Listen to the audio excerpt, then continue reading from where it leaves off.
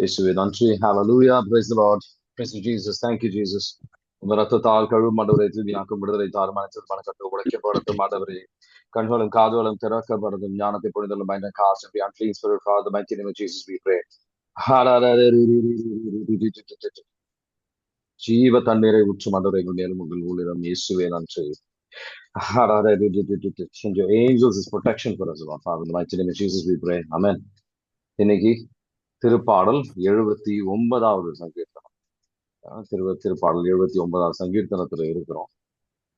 இங்கேயும் திரும்பவும் இங்க பாக்குறது சில இஸ்ரேல் மக்கள் சில அழிவுக்கு சென்றிருக்கின்றார்கள். அழிவுக்கு சென்ற ஜெருசலம் நகரம் ரொம்ப மோசமான ஒரு நிலையில இருக்கு. திருப்பாடல் 79வது சங்கீர்த்தனம். இந்த திருப்பாடல் 1வது வசனம் நீங்க வாசிங்கன்னா நீங்க பார்க்கலாம். அந்த கோயில் அழிந்திருக்கின்ற ஒரு சூழ்நிலையில் இருக்கு. அந்த ஒரு சூழ்நிலையில நம்ம என்ன பண்ணுவது அப்படின்னு சொல்லி அவர் கூக்குரல் இட்டு அழுகின்றார். இன்னைக்கு நம்ம சிந்திக்க போற ஒரு விஷயம் அப்படின்றது நம்ம ஆன்மீக நிலை. நம்ம சரீரமான ஒரு கோயில் நம்ம ஆன்மா கடவுள் கண்ணிலையில் எப்படி இருக்கின்றது அப்படின்னு சொல்லி நம்ம புரிந்து கொள்ள போறோம். நம்ம புரிந்து கொள்ள போகின்றோம் ஆன்மாவின் நிலை. கடவுள் கண்ணிலையில் நம்ம ஆன்மாவின் நிலை எப்படி இருக்குது. சென்ட் தெரேசா ஆஃப் அவிலாமால் அவிலாமால் அவங்களோட புத்தகம், அவங்க she's a doctor of the church. அவங்களோட புத்தகத்துல கேசல், இன்டீரியர் கேசல் அப்படின்ற புத்தகத்துல ஆன்மீக ஆண்டவரோட இருக்கின்ற ஒரு இணைத்துதல், ஆண்டவரோட இருக்கிற ஆன்மீக வளர்ச்சியின் ஒரு புத்தகத்துல எழுதியிருக்கிறாங்க. அதுல 7 ஒரு ஒரு டைமண்டை போல் சிந்திக்க அவங்க அழைக்கிறாங்க. அந்த ஒரு கேசல், இன்டீரியர் கேசல் அப்படின்னு சொன்னோம். ஆன்மா அதுக்குள்ள 7 தலங்கள் 7 தலங்கள் இருக்கின்றது. அது நம்ம எந்த ஒரு நிலையில், ஆன்மீக நிலையில் இருக்கின்றோம் அப்படின்னு சிந்திக்க இன்னைக்கு தியானிக்க போறோம். முதல் 1வது ஒரு நிலை, இந்த ஊதாரி மைந்தன் அவர் திரும்ப வருகின்ற ஒரு சூழ்நிலை. அப்பா கிட்ட திரும்ப வருகின்றார். அவர் மனம் மாறி வருகின்றார். அவர் ஆண்டவரை தேடி வந்த ஒரு நிலை. பாவத்தை விட்டு நம்ம விலக முயற்சி செய்கின்றோம். சில ஜபங்கள், சில மன மாறுதலுக்கு வருகின்றோம். அப்ப அதான் 1வது நிலை அப்படின்னு சொல்லுவாங்க. ஆனாலுமே சில உலக ஆசா பாசங்களுக்கு நம்ம அடிமையாக இருக்கின்றோம். பாவம், அப்பப்ப பாவத்துக்கு நம்ம விழுகின்றோம். தூய்மையை விரும்புவோம். ஆனா சில சோதனைகள் வந்தா எளிதாக அந்த சோதனைக்கு விழுகின்ற ஒரு சூழ்நிலை தான் இந்த மேன்ஷன், முதல் அறையின் அடையாளம் அல்ல. முதல் ஒரு ரூம், ஒரு 7 ரூம் இருக்குன்னு வச்சுக்கோங்க. 7வது ரூம் இருக்கிறதுலே ஆண்டவருக்கு நெருக்கமான ஒரு அறை. முதல் ரூம்ல பாத்தீங்கன்னா இந்த மாதிரி அவங்க சில ஜபங்கள்லாம் செய்வாங்க. ஆனா அதுல ஆழத்துல ஆண்டவர் வார்த்தையை புரிஞ்சுக்க முடியாது. ஆழமான ஒரு சிந்தனைகள் கிடையாது. ஆண்டவர் ஆண்டவர் மேல நம்பிக்கை வைக்க சொல்கின்றார். பல நேரத்துல நம்ம சூழ்நிலையை பார்க்கிறோம், கடவுளை அவ்வளவா பார்க்கறது கிடையாது. ஆனா இந்த ஒரு மனநிலையை நம்ம போகும்போது ஆண்டவருக்கு ரொம்ப காயப்படுத்துகின்ற ஒரு விஷயம். அதெல்லாம் இந்த முதல் நிலையில், முதல் ஒரு அறையில் இருக்கிற ஒரு சூழ்நிலையின் அடையாளம் அதெல்லாம். பல சோதனைகள், ஆணவம், ஒரு சோம்பேறித்தனம். ஆன்மீகம் அப்படின்னா கொஞ்சம் சோம்பேறித்தனம் இருக்கின்றது. ஜபிக்கும் போது பல விதமான வெவ்வேறு சிந்தனைகள் வருகின்றது. பயம், நம்ம சொகுசை விட்டுட்டு நம்ம சில ஜபங்கள் செய்யறதுக்கு நம்ம தயாரா இல்லை. இந்த உலகமும் கடவுளும் வேணும் அப்படின்னு இருக்கிற முதல் நிலை இது. சரிங்களா?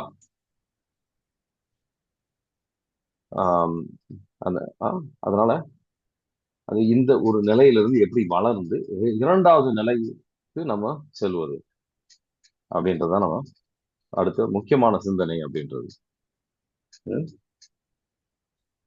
திருப்பாடல் 73வது சங்கீர்த்தனத்துல 25வது வசனத்தை நம்ம எடுத்து வாசிப்போம். விண்ணகத்தில் யார் எனக்கு இருக்கின்றார்? எனக்கு இருக்கின்றார். உங்களை தவிர எனக்கு யார் எனக்கு இருக்கின்றார்? இந்த உலகத்தில் எனக்கு வேற ஒன்றும் இல்லை. எனக்கு வேற நான் ஒன்றுத்துக்கும் மேல ஆசை வைப்பதில்லை அப்படின்ற ஒரு நிலைக்கு நம்ம எல்லாரும் வரணும். ம். ஆனா 1வது நிலையா இருக்கட்டும், 2வது நிலையா இருக்கட்டும், 3வது நிலையா இருக்கட்டும், பல சூழ்நிலையில் நம்ம இது விடுபெறுவதற்கு அவ்வளோ எளிதான ஒரு விஷயம் கிடையாது. இந்த மனநிலைக்கு வருவதற்கு அவ்வளோ எளிதான ஒரு விஷயம் கிடையாது. திருப்பாடல் 73ல 25 வாசிக்கிறீங்களா? விண்ணுலகில் உம்மையன்றி எனக்கு இருப்பவர் யார்? மண்ணுலகில் வேறு விருப்பம் உம்மையன்றி எனக்கு ஏதுமில்லை. ஆமீன். ஆமென்.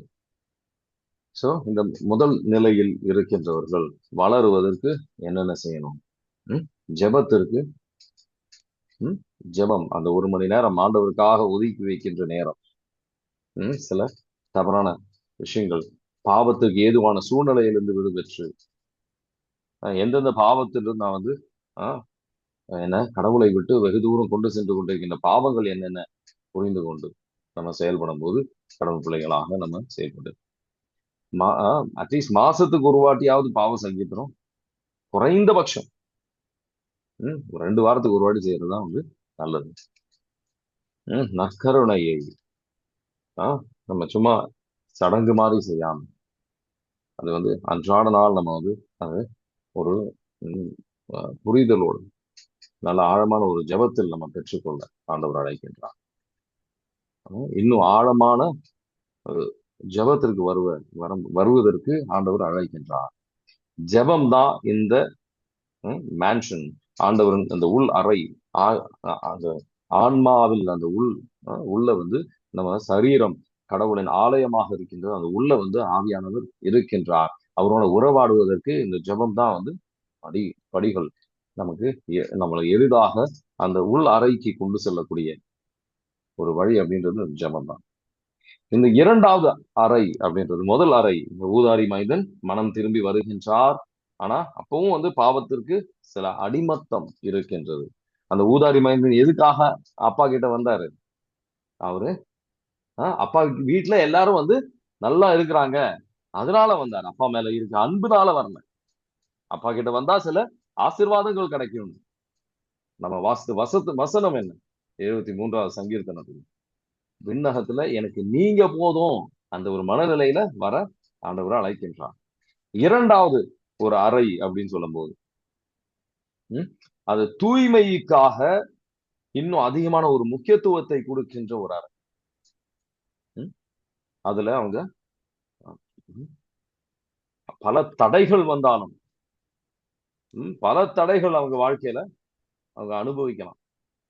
ஆனா விடாமுயற்சியுடன் அந்த ஜெபத்தை விடாம அந்த ஜெபத்தில் ஆழப்படுவதற்கு அவங்க படிகள் எடுத்துக்கொண்டிருக்கின்றாங்க.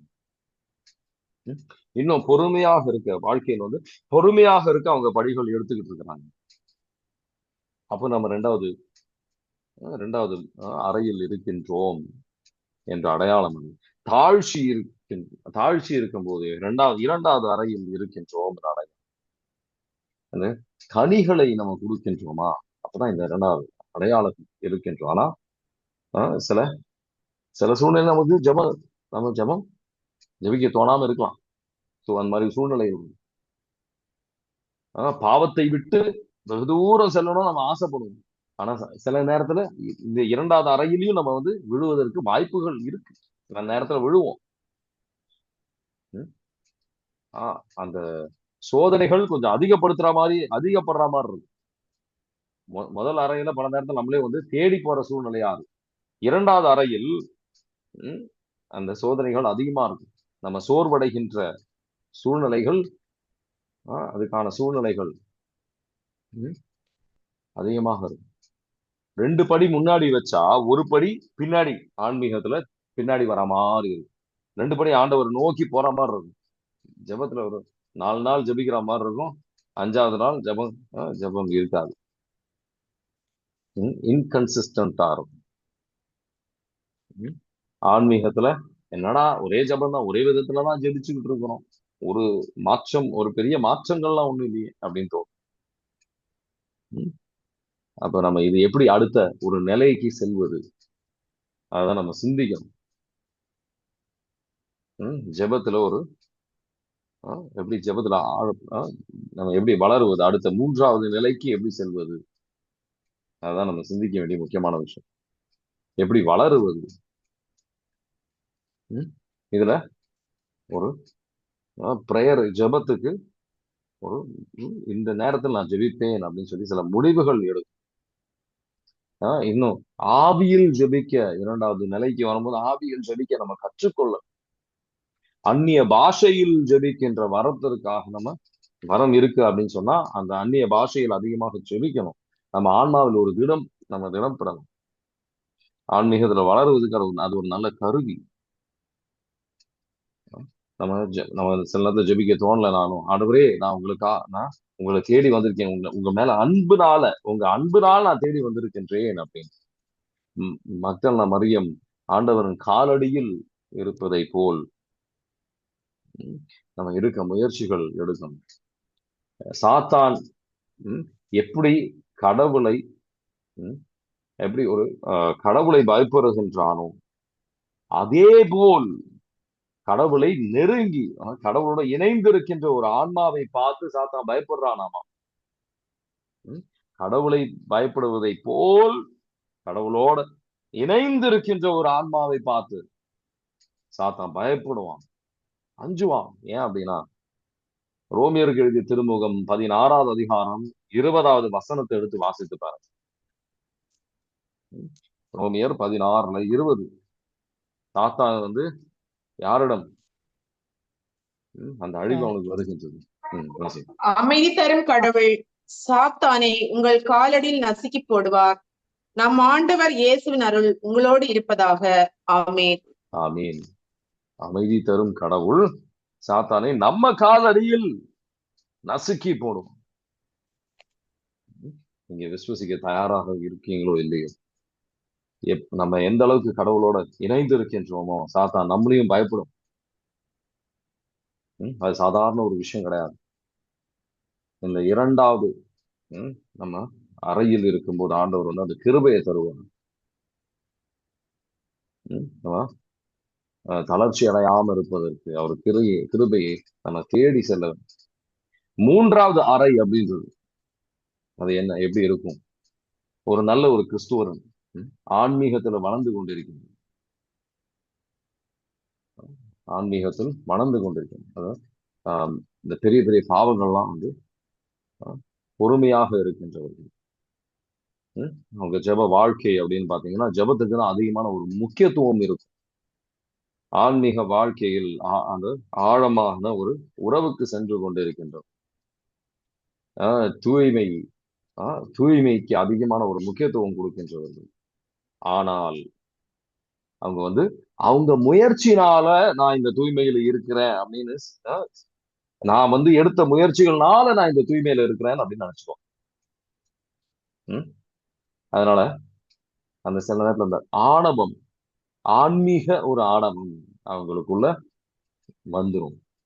இந்த 3வது அறையில் இருக்கின்றவர்கள் ஆன்மீக ஒரு ஆணவம் வருகின்ற, நான் தூய்மையா இருக்கிறேன், அது ஆண்டவர் தந்த தூய்மை அப்படின்ட்டு, ஆண்டவர் தருகின்ற ஒரு தூய்மையின் ஆடை அப்படின்னு சொல்லி பல நேரத்துல அவங்க உணர மாட்டாங்க. அந்த 3வது அறையில் இருக்கின்ற ஒரு அடையாளம் என்னன்னா, முழுமையான ஒரு அர்ப்பணத்திற்கு வராத போது நடக்கின்ற ஒரு விஷயம். ஏன்னா அவங்களேதான் அதிகமா நம்பிக்கிட்டு இருக்கிறாங்க கடவுளை விட. கடவுளின் கிருபையால் தான் இது எல்லாம் நாம் பெற்றிருக்கின்றேன், அது ஆன்மீகமாக இருக்கட்டும், உலக சார்ந்த விஷயமாக இருக்கட்டும், எல்லாம் ஆண்டவரின் கிருபையால் நான் பெற்றிருக்கின்றேன் அப்படின்ட்டு ஒரு ஆழமான ஒரு நம்பிக்கைக்கு வருவதற்கு அவங்க தயாராக. அந்த 3வது அறையில் இருக்கின்ற போது இதெல்லாம் அடையாளங்கள். மற்றவர்களை தீர்ப்பளிப்பார்கள். இதுல இப்ப தீர்ப்பளிப்பது இந்த 3வது அறை வந்தாதான் தீர்ப்பளிப்போம் இல்ல, 1வது அறையிலையும் இருக்கும், 2வது அறையிலையும் இருக்கும். ஆனா முக்கியமா ஆன்மீக விஷயத்தில் தீர்ப்பளிப்பது அப்படின்றது இந்த 3வது அறையில் அதிகமாக. ஆன்மீக விஷயத்திற்கு நம்ம வருவதற்கு அந்த தீர்ப்பு அதிகமாக.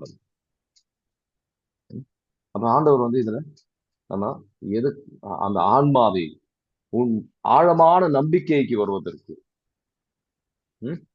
நம்ம எடுத்த ஒரு டிசிப்ளின்னால மட்டும் கிடையாது, முயற்சிகள்னால மட்டும் கிடையாது, ஒழுக்கத்தினால மட்டும் கிடையாது நம்ம கடவுளை நெருங்கி செல்வது, அவரு கிருபையாலேயே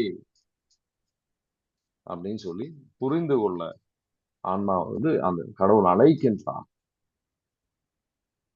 அந்த ஆணவம் அப்படின்றது ஒரு தடையாக இருக்கும். நம்ம மற்றவர்களை தீர்ப்பளிப்பது அப்படின்றது ஒரு தடையாக இருக்கும். மற்றவர்களை தீர்ப்பளிப்பதற்கு பதிலாக அவங்களுக்காக ஜெபிப்பதுதான் அவங்களோட அழைத்துதல்னு பல நேரத்துல புரிஞ்சுக்க மாட்டாங்க. அப்போ இதுல வளருவதற்கு அவங்க என்ன செய்யணும்?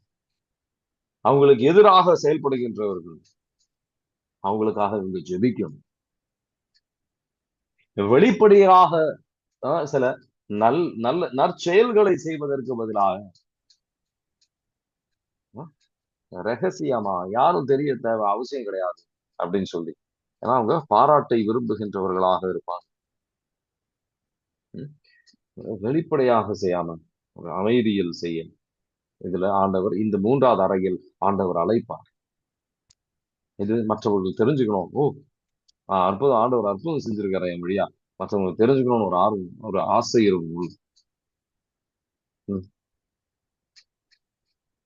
இதுல இந்த ஒரு அறையில் 3வது அறையில் அப்படின்றது தாழ்ச்சி அதிகமாக தேவைப்படுகின்றது.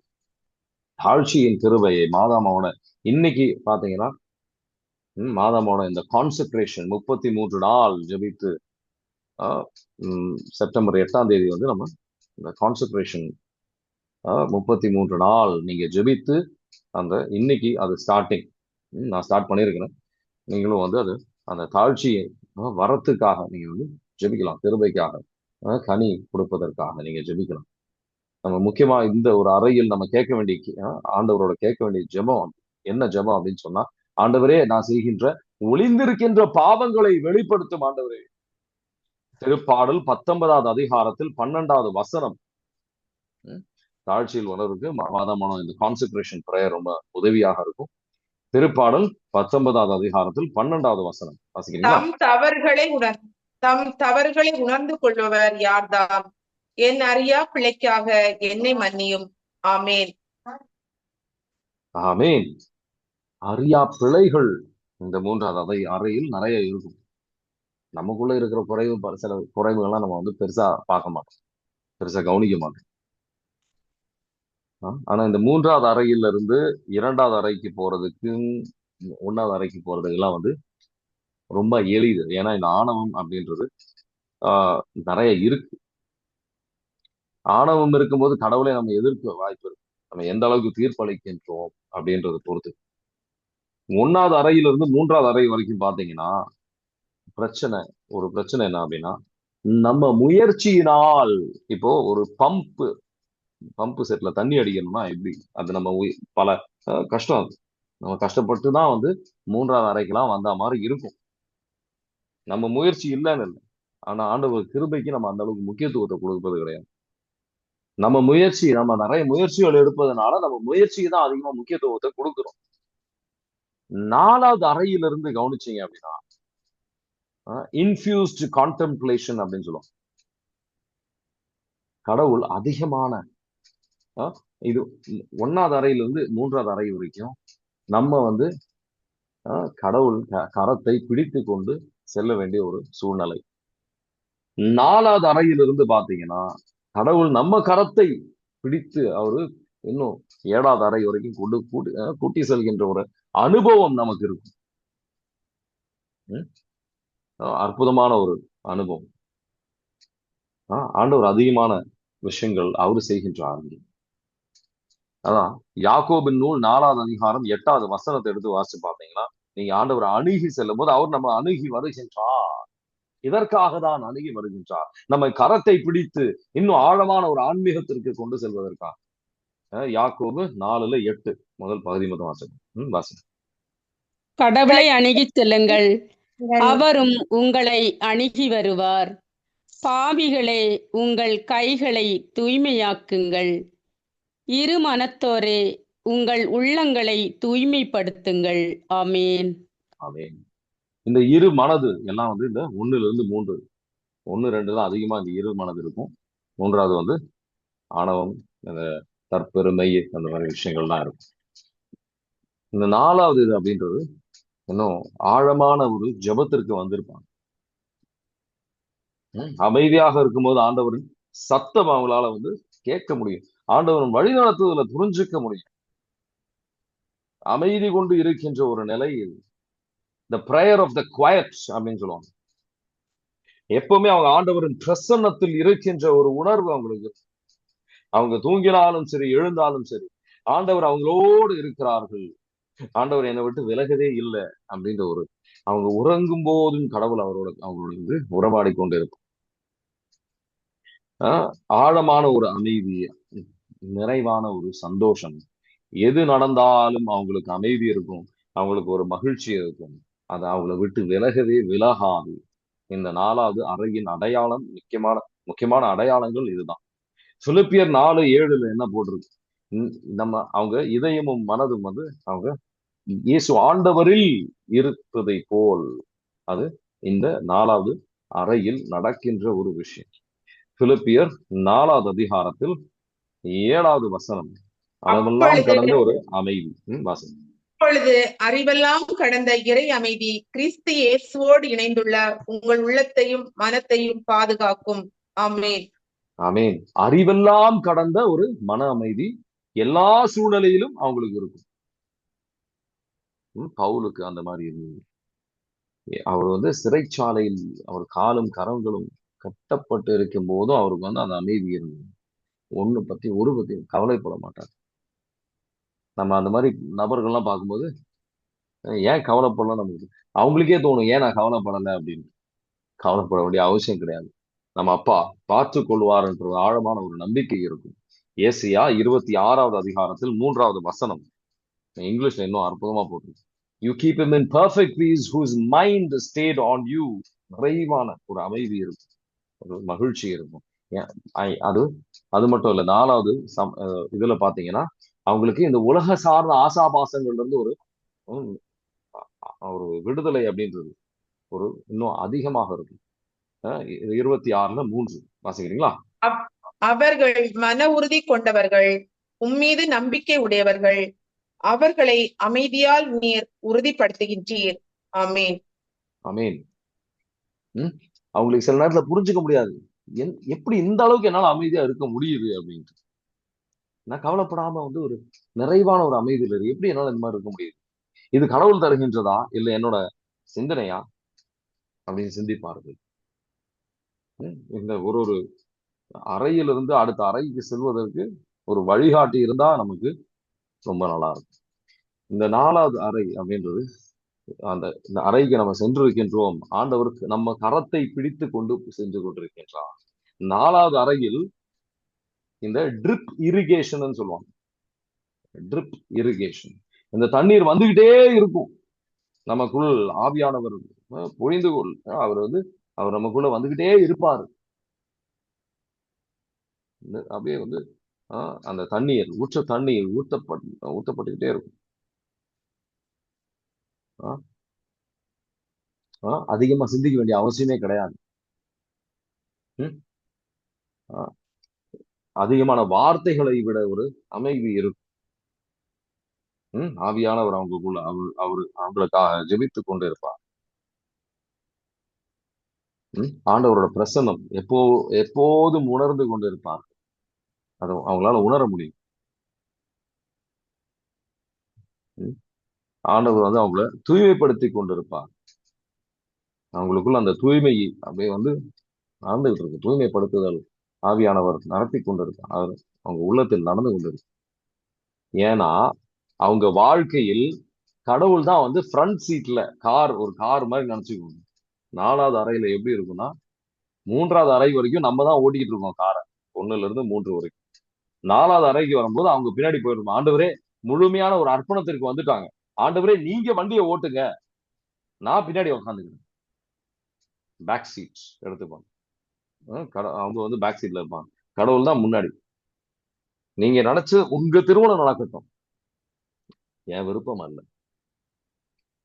4வது அறையில் நடக்குது. இது ஒரு முக்கியமான விஷயம். 5வது ஒரு அறை. எப்ப அவங்க அந்த 4வது அறையில பாவம் செய்ய ஒரு சூழ்நிலை வந்தால்,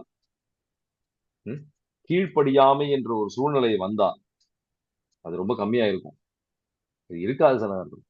அப்படி பண்ணாங்க அப்படின்னா, தண்ணி மீன்ல இருந்து எப்படி எடுத்தா எப்படி இருக்கும், அந்த ஒரு துடிப்பு இருக்கும் அவங்களுக்குள்ள. ஐயோ, இந்த மாதிரி செஞ்சுட்டேனே. சின்ன பாவமா இருக்கும்.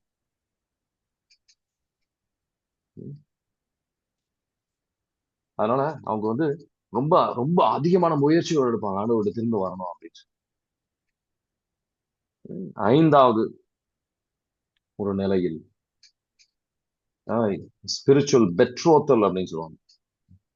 அவர் ஒன்றுக்கு இனி இது நான் அல்ல, இயேசு கிறிஸ்து என்னில் வாழ்கின்றார். கலாத்தியர் 2:20 போட்டது.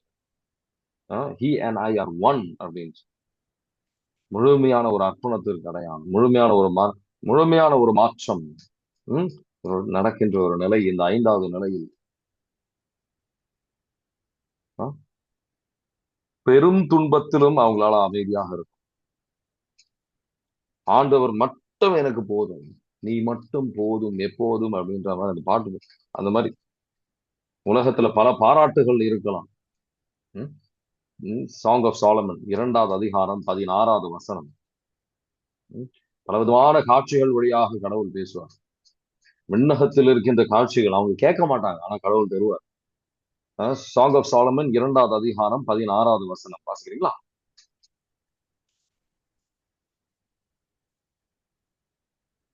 இழிந்தோர் என நம்மை அவர்கள் எண்ணுகிறார்கள். தூய்மையற்ற பொருளினின்று ஒதுங்கி செல்வது போல நம்முடைய வழிகளினின்று விலகி செல்கிறார்கள். நீதிமான்களின் முடிவு. 2வது அதிகாரத்துல 16வது வசனம். சாங் ஆஃப் சாலமன் இனிமே மிக பாடல். இனிமே மிக பாடல்.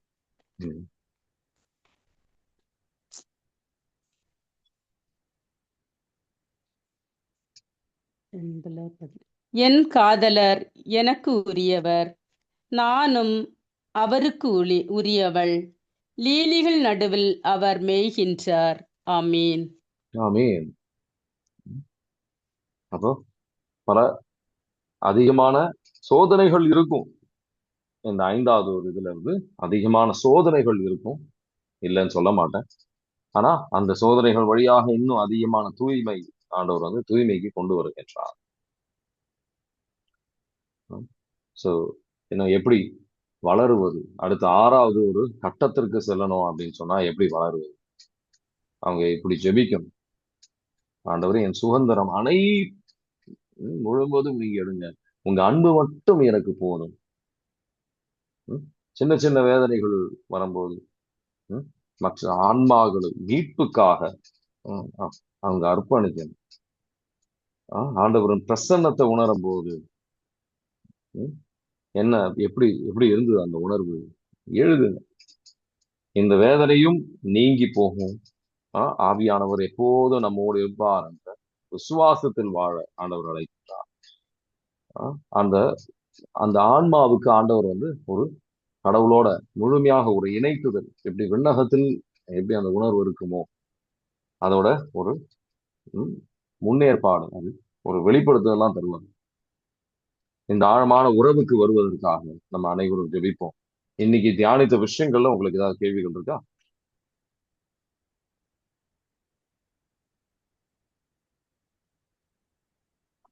இன்டீரியர் கேசல், சென்ட் தெரேசா ஆஃப் அவில்லா, அவங்களோட ஒரு புத்தகம். அது உங்களுக்கு டைம் கிடைச்சா உங்களுக்கு ஆவியானவர் உணர்த்துகின்றார் அப்படின்னு சொன்னா அது வாசிங்க, தியானிங்க. உங்களுக்கு ஏதாவது கேள்வி இருந்தா கேட்கப்படாதீங்க. இந்த ஒரு 5வது ஒரு நிலையில் அப்படின்னு சொன்னா ஆண்டவருக்கு உகந்த விஷயம் எதுவோ அது மட்டும்தான் அவங்க சிந்திப்பாங்க, அது செயல்படுத்தும். இயேசுவே நன்றி, உங்க ரத்தத்தால் எங்களை கழுவும் ஆண்டவரே, தூய்மையாக்கும் விடுதலை தாரும். உங்களுக்கு ஏற்றபடியாக எல்லா கட்டுகளும், இந்த உலக சார்ந்த கட்டுகள் விடுதலை பெறும். கிருபை தாரும் ஆண்டவரே. Cut every bondage, bind and cast every unclean spirit, Father, mighty name of Jesus we pray. Amen. God bless you. Have a nice day. Thank you.